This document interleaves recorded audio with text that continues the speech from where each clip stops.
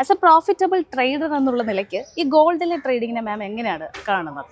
ഇപ്പോൾ gold continuous ആയിട്ടുള്ള ഒരു റാലി എല്ലാവരും ഇങ്ങനെ ഭയങ്കര ഭയപ്പെടുത്തിക്കൊണ്ടിരിക്കുകയാണ്. പക്ഷെ എനിക്ക് തോന്നുന്നു ആ ഭയം മാറ്റിയിട്ട് അതിൻ്റെ ഉള്ളിലുള്ളൊരു എൻ്റയർലി ഒരു മെസ്സേജ് ഉണ്ട് നമുക്ക് തരണത്.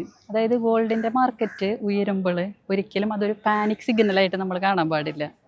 പാനിക് കൊണ്ടല്ല അത് കയറിപ്പോകുന്നത്, അതിന് വ്യക്തമായ കാരണങ്ങളുണ്ട് ഗോൾഡ് കയറുന്നതിനായിട്ട്. അപ്പോൾ അത് ഗ്ലോബലി എനിക്ക് തോന്നുന്നു ഒരു ഗ്ലോബലി ആർക്കിടെക്ചറിൻ്റെ ഒരു മാറ്റം, അതായത് ലോകത്ത് മാറ്റം സംഭവിക്കാൻ പോകുന്നതിൻ്റെ ഒരു സിഗ്നലാണ് നമുക്ക് തരണത്. ആ ഒരു സൂചനയാണ് നമ്മൾക്ക് ഈ മാർക്കറ്റ് നൽകിക്കൊണ്ടിരിക്കുന്നത്.